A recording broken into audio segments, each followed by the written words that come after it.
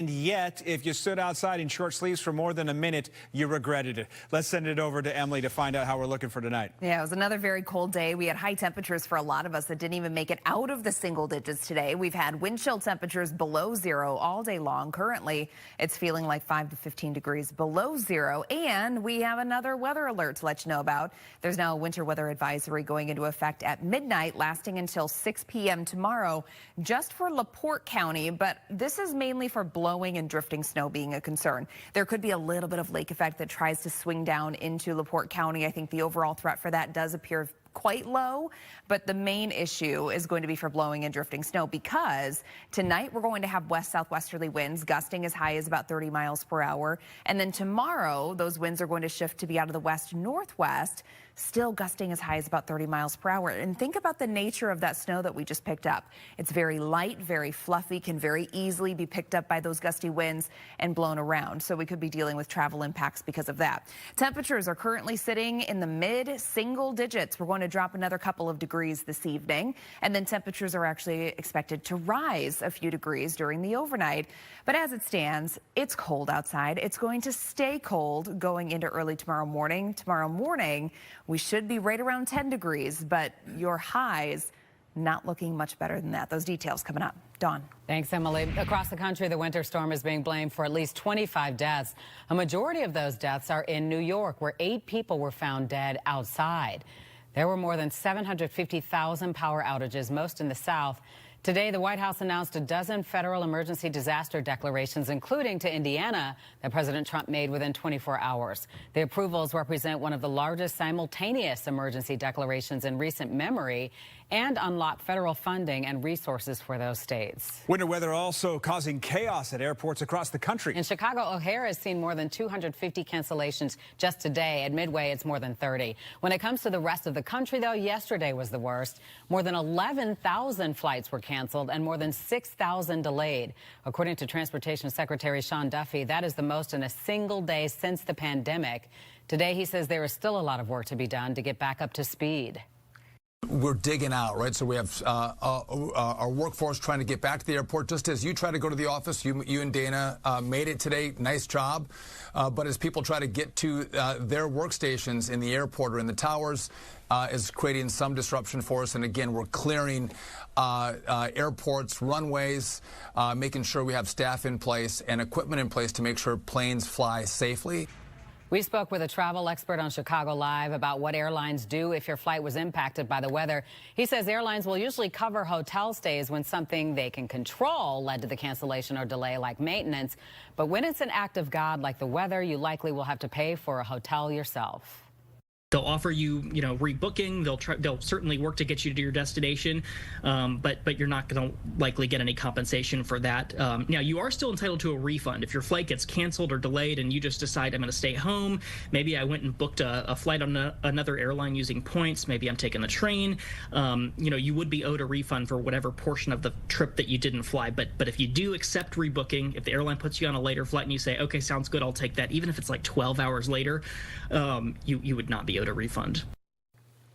The FAA says air travel should go back to normal by the middle of this week. Well, if you were out at all today, probably saw crews on the road plowing snow, throwing down salt to keep you safe. At the same time, some parts of the country and some businesses in the Chicagoland area are dealing with a salt shortage. Brett Pagansky live in Humboldt Park. And Brett, you found out this is impacting supply and demand.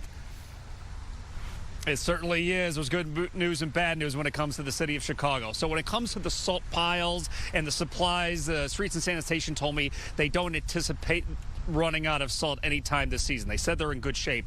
But when it comes to anybody who's in the snow removal business, it certainly could be a much different story. So I obtained an email from a snow removal business, and they got it from one of their suppliers, where they told them that any orders placed last Wednesday are going to be canceled. They won't accept any more orders. That's because there simply is not enough salt. It said once the supply in Lamont is used, that's it. They're not going to be refilling a supply for the rest of the season. And we found out because of that, some are paying double or even triple the normal price. And it is the difference of hundreds of dollars a ton for salt. Streets and Sanitation Commissioner Cole Stollard told me about a time a few years ago, Streets and Sanitation worried they would run into this very same problem.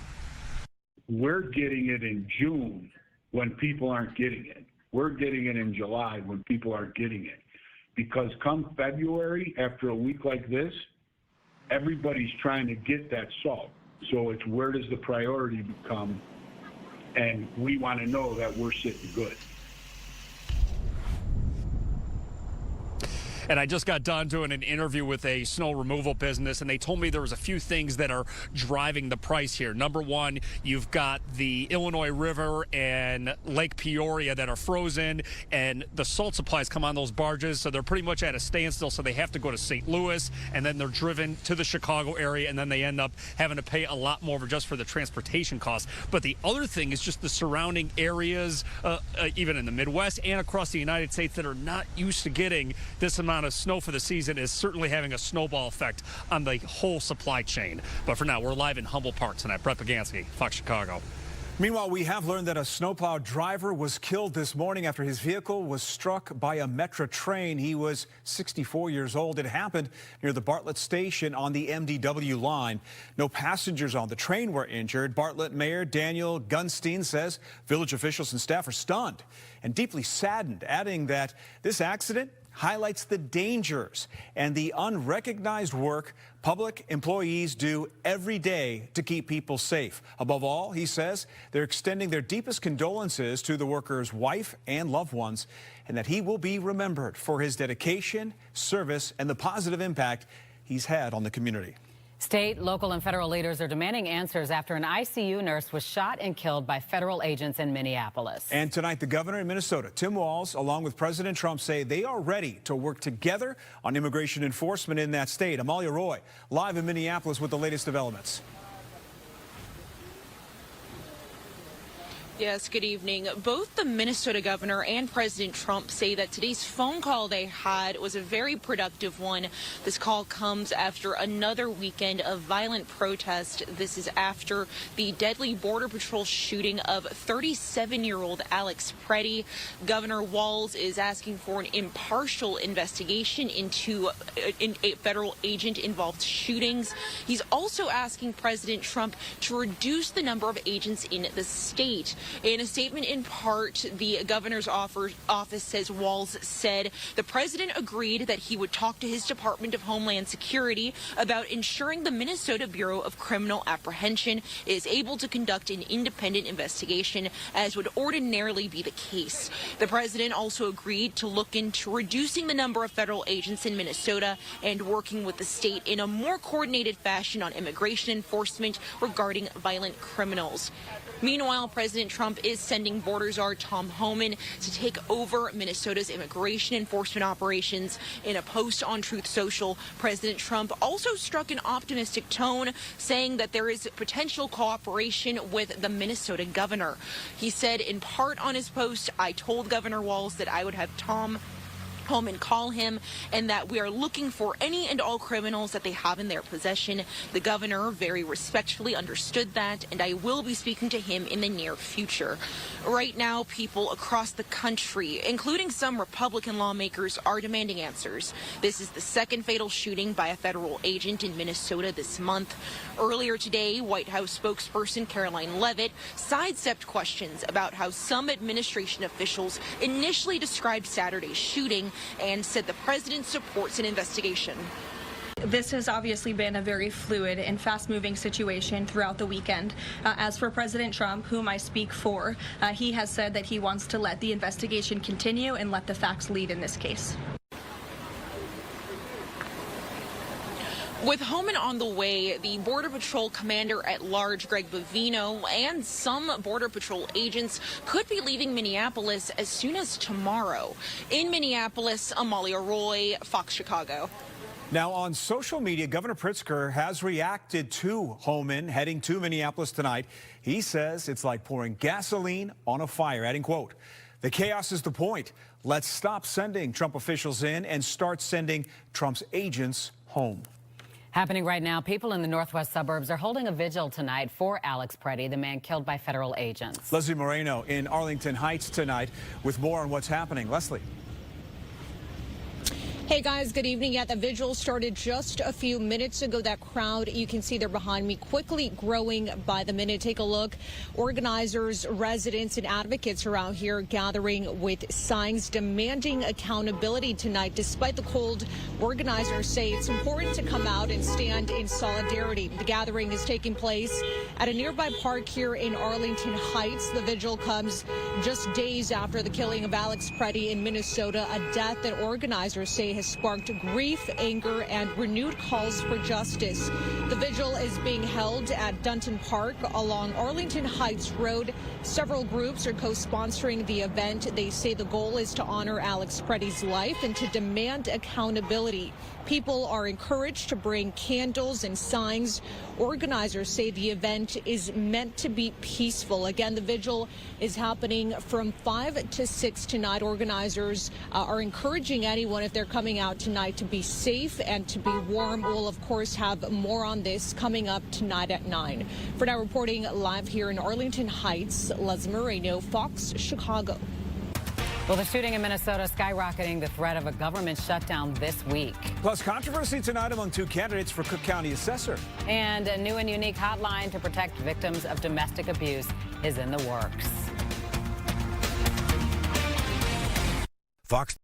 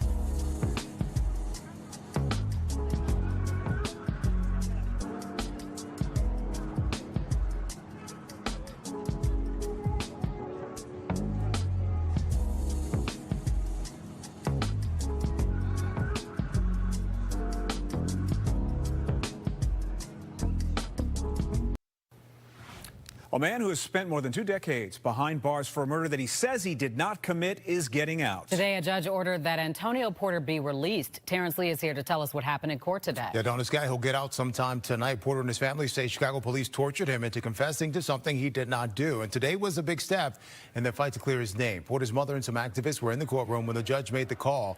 He got 71 years back in 2003 for killing Lamont Harrison. His attorneys say the only evidence police had was statements from 4 eyewitnesses. All 4 of them took it back during the trial. One of them said CPD detectives forced him to say what he said. Court threw out Porter's conviction recently, gave him a new trial. His mother got emotional when she found out she'd see her son again. I've been fighting a long time for my son. I've been really fighting for him. 23 years of wrongful conviction. The police department, Chicago Police Department, needs to change the way they treat black people and people of color. We have to stop. We got to keep fighting. They keep putting our loved ones in prison for something that they did not even do. Porter does not have complete freedom yet. He'll be on electronic monitoring. Can't leave home except for appointments he has to go to. There's no word when his new trial starts. Terrence Lee, Fox Chicago. A new effort tonight to stop domestic violence before it begins is in the works here in Illinois. It's a hotline designed for people who cause the hurt and want to change their behavior. Casey Cronus joins us now in studio to explain. Casey.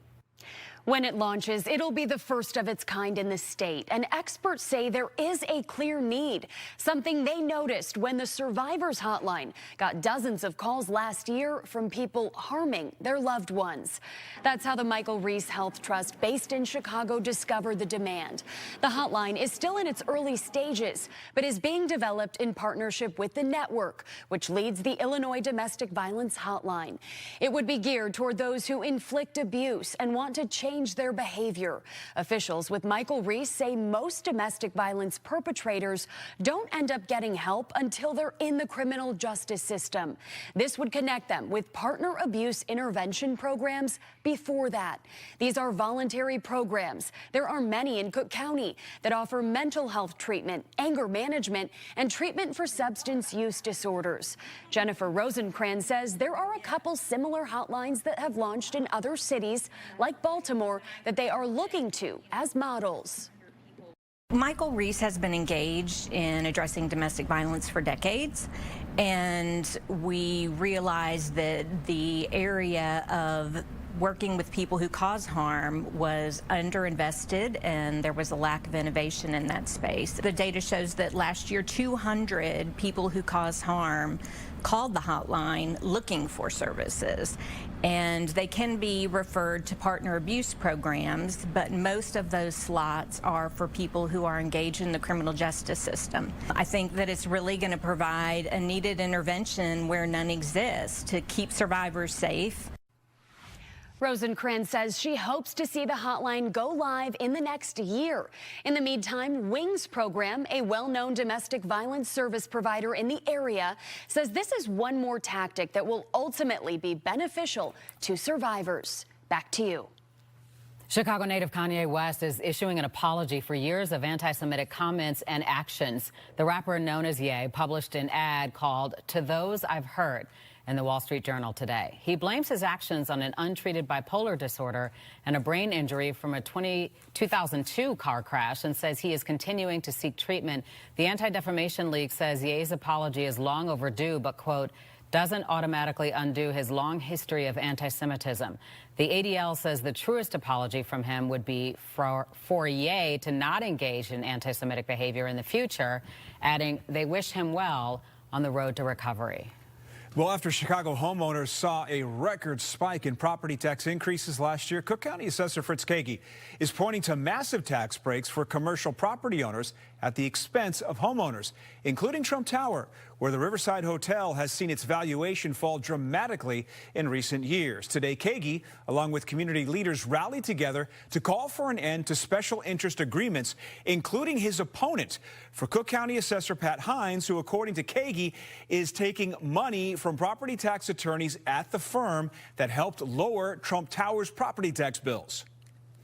We can't make excuses for these big cuts because, again, the question is who's paying? Is it homeowners or is it big corporations? And let's face the facts here. There have been studies showing that our estimates of commercial properties have been accurate.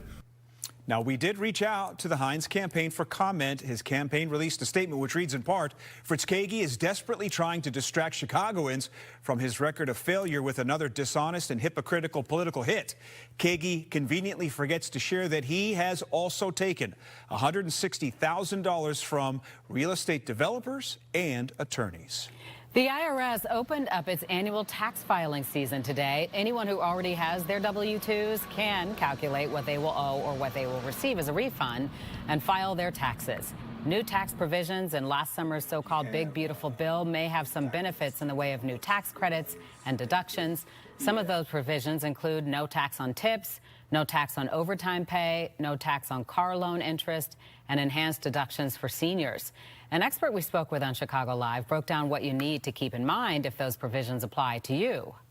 If you are in the service industry and you're receiving tips, you want to keep track of those records of what you actually received that are qualified tips.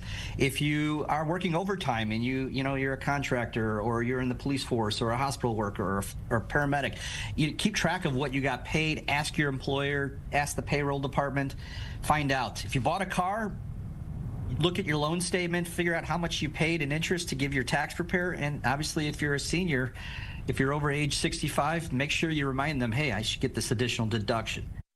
The deadline to file your taxes is April 15th.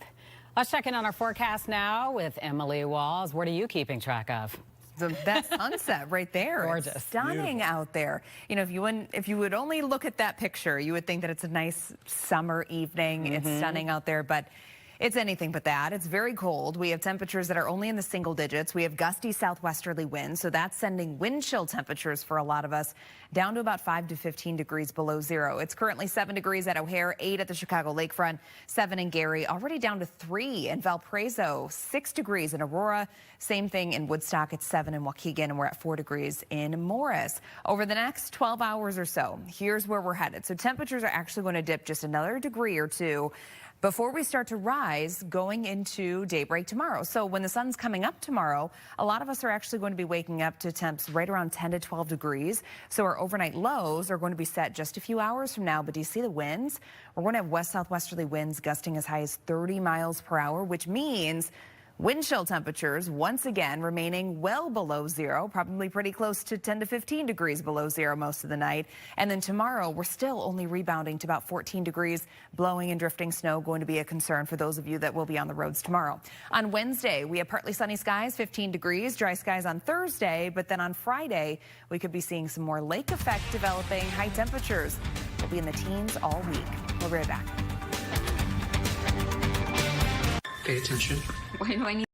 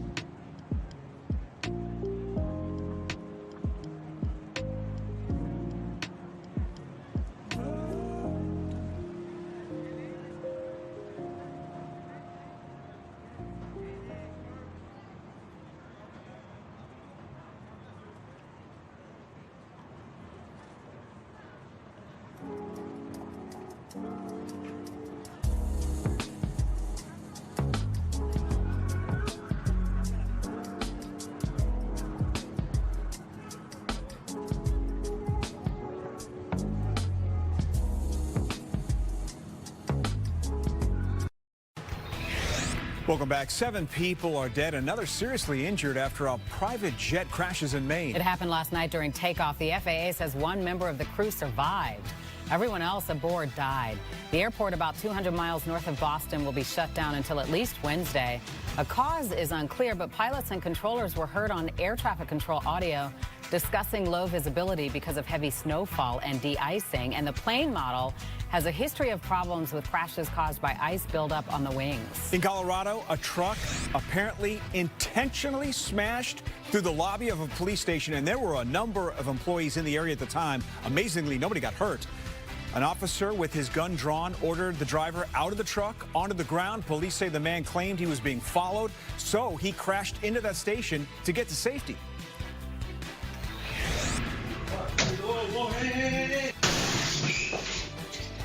Caught on camera in California, a crash and grab robbery in broad daylight.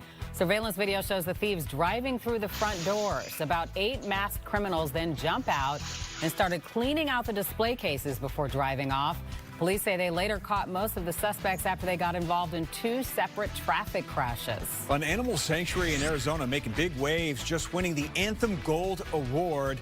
And this is significant. They beat out 2,000 nominees from some 42 nations. The sanctuary won for its long history of service, including high-profile cases, the rescue of a wallaby, and this mission to save that goat trapped on a roof. You never know when you're going to get a call.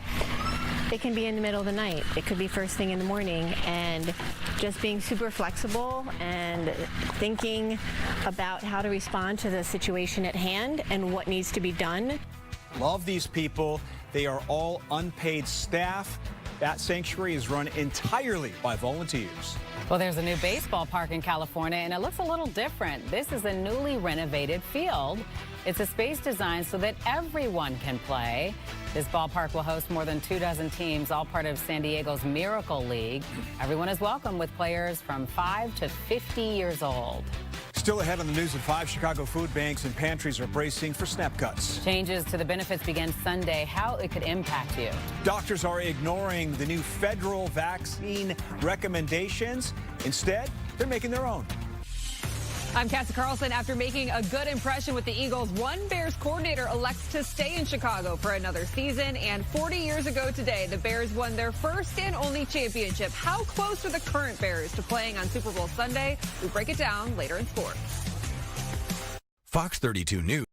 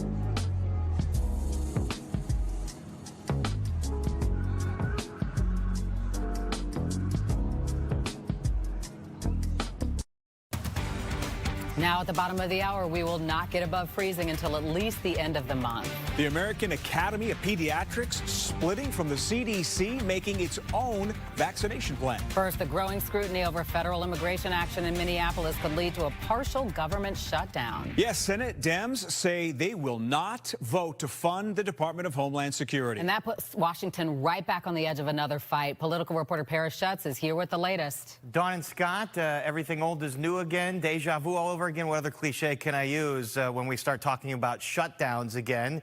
You know, a partial funding bill that would fund 6 federal agencies, including DHS, passed the House.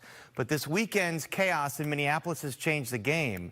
That bill is now in the Senate, and Democratic leaders there have vowed to block funding for the agency amid what they say is an out-of-control deportation force. Illinois Senator Tammy Duckworth says she's just responding to what her constituents want. That's overwhelmingly what my constituents have asked me to do. Do not vote to fund ICE. And what I think most Americans would rather have me support them and stand up to the Trump administration. All we're asking the Republicans to do is to pull out the funding for DHS, and let's work on fixing the problems in it, and let's work on adding things that will rein in ICE. I want money to go back to our local law enforcement. Now, 7 Democrats would have to sign on to the bill to end the filibuster and move it forward. Republicans haven't said yet whether they'd be open to negotiate or reduce funding to get those Democratic votes. Other Democrats are taking it a step further, vowing to block action until embattled DHS Secretary Kristi Noem is gone. Now, since this is a partial spending bill, it's not a full government shutdown come Friday if nothing happens, but it would once again hit the nation's air travel system. Note all the TSA agents that work and Customs and Border Patrol folks that work at airports. It's all under the umbrella of Homeland Security. Taking away funding, shutting down the government, not funding FEMA and TSA, as well as all of the immigration agencies, is exactly the wrong thing to do here. And today, Illinois Senator Dick Durbin says Secretary Noem will appear before testimony in the Senate Judiciary Committee March 3rd, quote, if she is still in that role, according to the senator's statement. Scott? All right, Paris, thanks. Remember we had those couple of days, it was like 40 and then almost 50 degrees? That seems like a year ago, doesn't it? We have been in the throes of a deep freeze for too long, Emily. And we're not going out of it anytime soon. Today was very cold. This entire week looks very cold. Average for this time of the year is actually right around 31 degrees, but our high temperatures through the rest of this work week, I don't even think they're going to rise above the mid-teens. And then this weekend, we're still below average with highs that are only going to be in the 20s. The weather alerts to tell you about this evening, we do have a winter weather advisory that's going into effect for LaPorte County beginning at midnight, lasting until 6 p.m. tomorrow. But this isn't to account for new additional snowfall totals so much than it is for the blowing and drifting snow that's going to be possible. So think of all of that snow that we just picked up, especially closer to the lake. It was very light, very fluffy. Well, tonight we're counting on west-southwesterly winds gusting as high as 30 miles per hour, gusting as high as 30 to 35 miles per hour out of the west-northwest tomorrow. So I think we could be dealing with some travel impacts there. So that's why we have that winter weather advisory that's been issued for LaPorte County.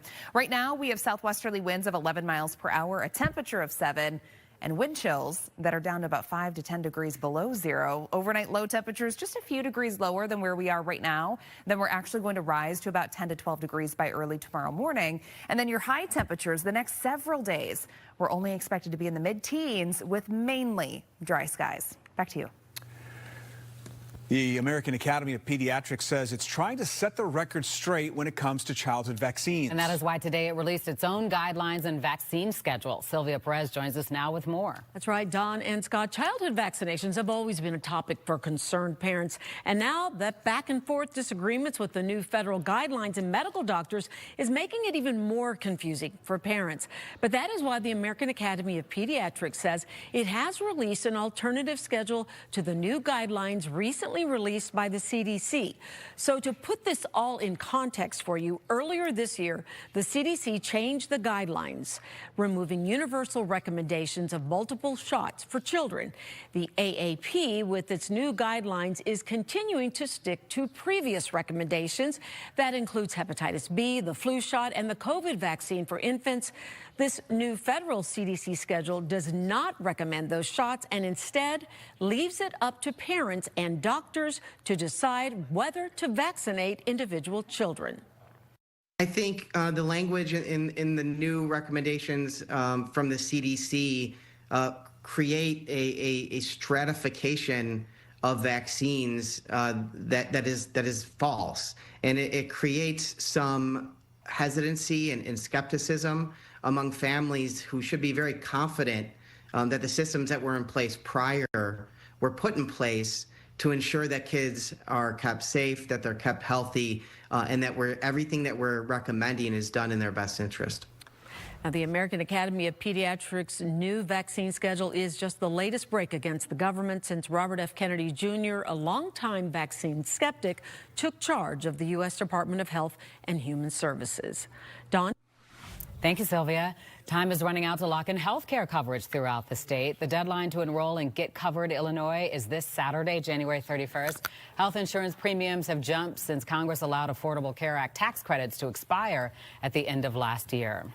And a reminder today about the looming Real ID deadline. This one from airport officials who say there is another option if you're traveling. Starting February 1st, if you don't have a passport or Real ID yet, you can use the TSA's new Confirm ID process to verify your identity. For a fee, you can do it ahead of time. You'll get a receipt that you can take to the airport. That verification lasts 10 days from the first day you travel. Chicago's airport officials got the word out today about how it works. Travelers without an acceptable ID will be able to pay a $45 fee to have their identity verified prior to getting in line at the checkpoint. They can pay online through pay.gov at home before heading to the airport or upon arrival at the airport. It takes about 10 to 15 minutes to use Confirm ID. You can even do it on the way to the airport. Passengers can view a full list of acceptable IDs on TSA.gov. A major achievement in the push to get people into more technical jobs. A ribbon cutting on the new Harper College Aviation Maintenance Lab at Schaumburg Regional Airport. The new lab expands the college's aviation program while providing students with hands-on experience and training. $500,000 of federal funding for the lab secured by Congressman Raja Krishnamurthy. I hope that what you take away from today is obviously the fact that this excellent program has been stood up. It's now available. Encourage young people to come into it and apply, and they'll get an excellent education and hopefully a career very shortly. But also that we devote more time, attention, and resources more generally to this issue of career technical education. It is, by the way, projected that our nation will need 123,000 new aviation technicians over the next 2 decades just to keep up with growing demand. In less than a week, changes are coming to SNAP benefits. Yeah, we're going to talk with people impacted by the new requirements and go over what you need to know. Fox 32.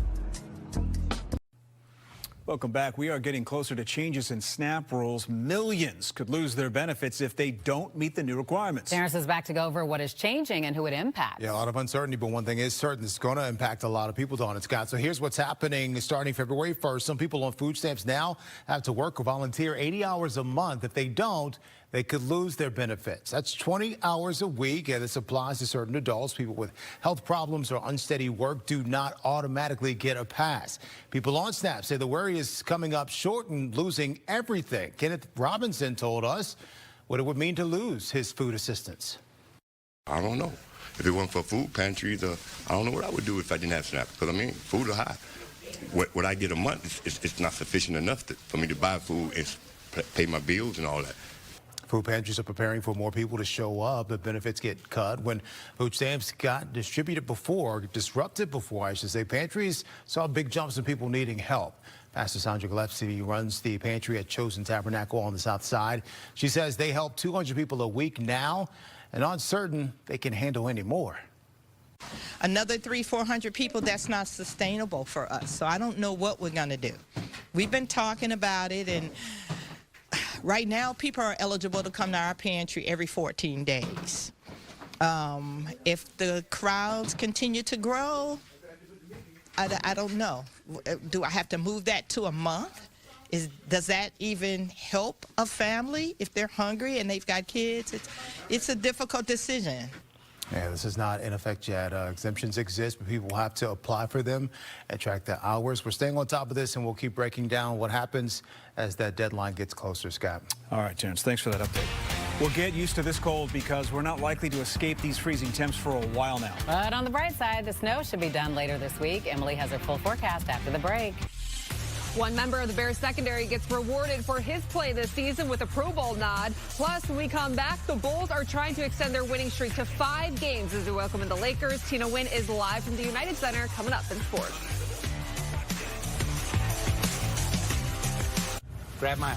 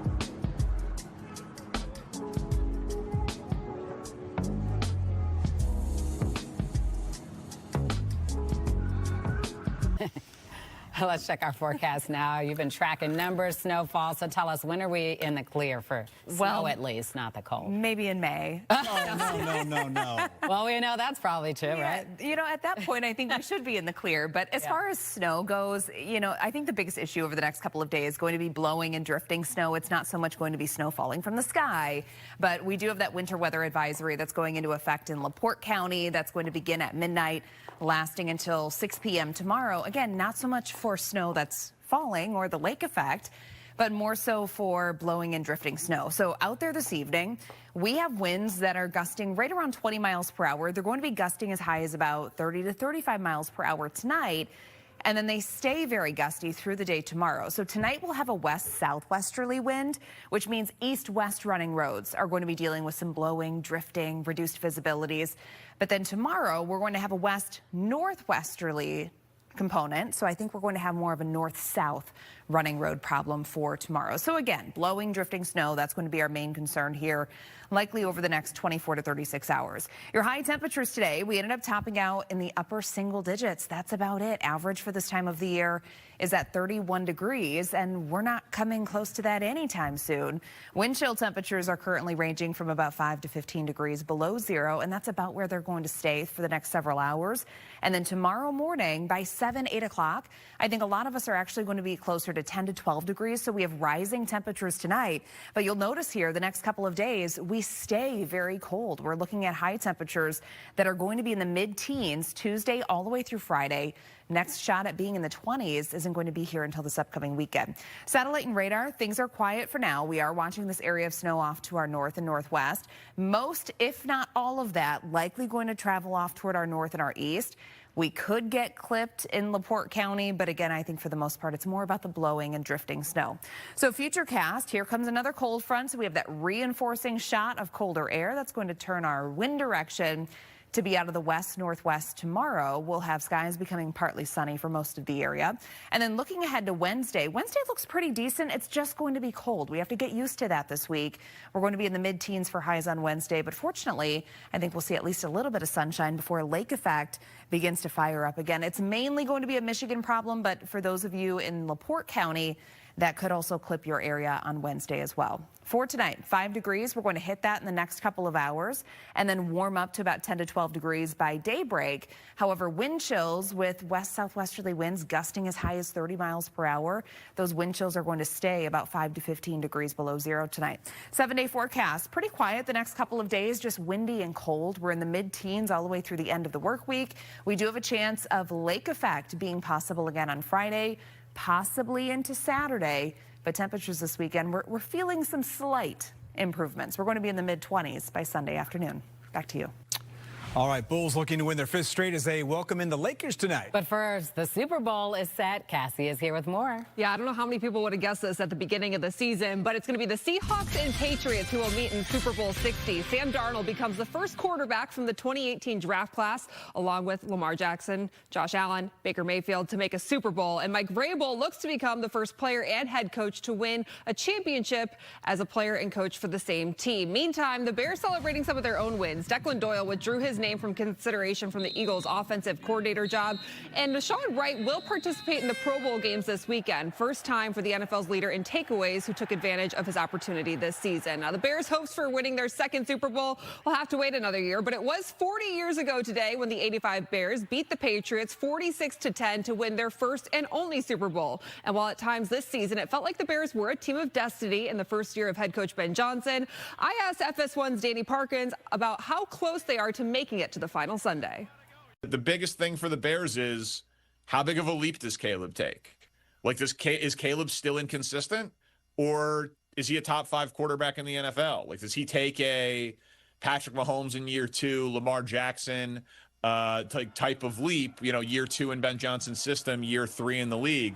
If he takes a leap like those guys, then you can afford a few fewer takeaways and a few more injuries because you've got an MVP caliber quarterback.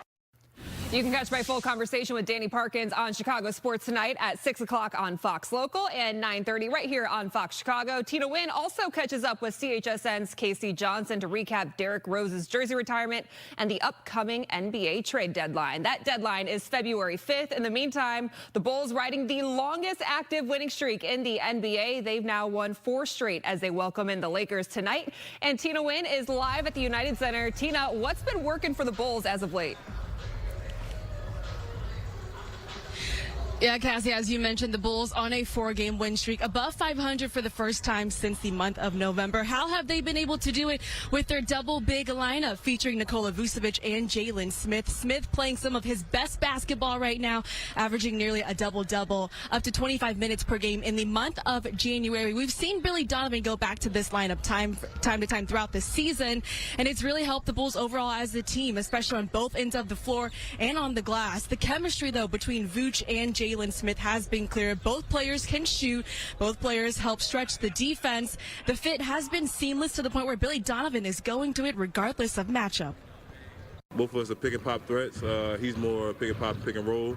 I can roll a little bit as well, but I feel as though that it just spreads the defense out a lot more. You know, obviously with cross-matching, they may put a guard on Boots, may put a big on me, or vice versa. And usually when we had the one big lineup, we was getting scored on a lot in the paint, and we was getting out-rebounded a lot. And I feel as though that with 2 bigs out there, I mean, it deteriorates a lot of guards from wanting to come into the paint a lot more. I mean, obviously they're still going to attack it, but it still gives them that wall, that force that they still have to go through. Bulls looking to extend their win streak to 5 straight games, getting ready to host Luka Doncic and the Lakers tonight. Luka, though, leads the NBA in scoring. Smith added earlier today at shoot-around. When you face a player like him, you can't leave him wide open. You have to make every possession for him difficult. Both teams, though, seem to be clutch when it comes to these close game situations. The Lakers are 14-2 in clutch situations. The Bulls themselves, though, they also know how to perform in big game moments. Just take a look at Saturday against the Celtics. The last time these 2 teams met, though, it was back in March of last year. Josh Giddey with the shot heard around the world, his half-court buzzer-beating game winner. We'll see what's in store tonight between the 2 teams. Cassie. All right, thanks, Tina. Always a good one. Meantime, Illini basketball enters the top 10 at number 9 after their big win at Purdue on Saturday. And going back to the Bulls, this weekend, Derrick Rose's number 1 jersey went up into the rafters, and even Benny the Bull has to follow protocol for retired jerseys. Benny, there's been a lot of speculation. Can you address the rumors about a potential number change?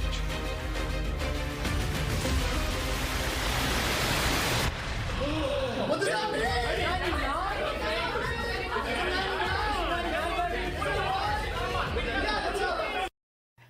Everyone will be waiting to see what number Benny the Bull is wearing tonight. All right, thanks. Emily's got a final check of the forecast when we come back. Fox 32.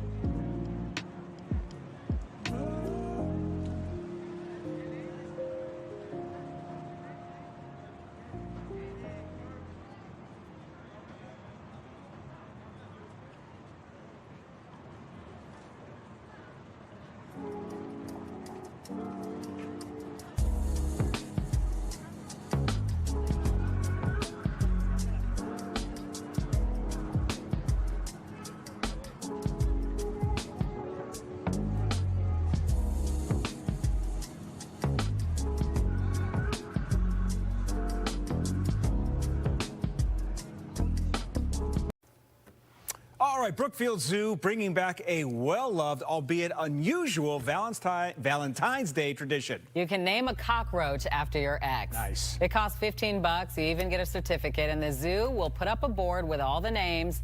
By the way, the zoo says this isn't just for jilted lovers. You can actually name a cockroach after someone you love. Nice. Because the zoo says cockroaches are underappreciated and are a great source of protein for animals. Names need to be sent in by February 5th. I've done that before. That's fun. Is it liberating? Oh, yeah. It's awesome. And it goes to the Brookfield Zoo. So it's Yeah, that's it's supporting a good cause with some spite. I love it. Well, you can do it for someone you love, Emily. I didn't say which one I did. Yes, that's true, because they're a good source of protein. All right, 7-day forecast for you tonight. Very cold. We're looking at wind chills 5 to 15 degrees below zero, but temperatures themselves are actually going to increase. So that low temperature of 5, we're going to hit that in the next couple of hours here, and then by early morning tomorrow, waking up 10 to 12 degrees above zero.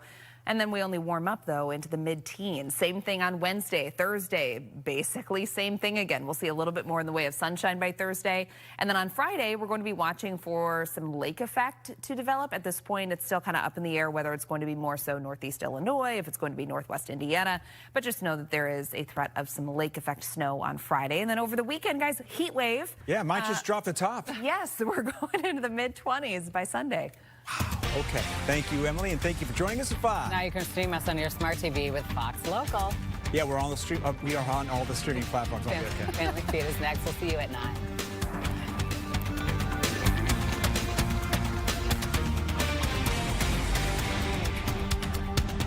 Saving money on it.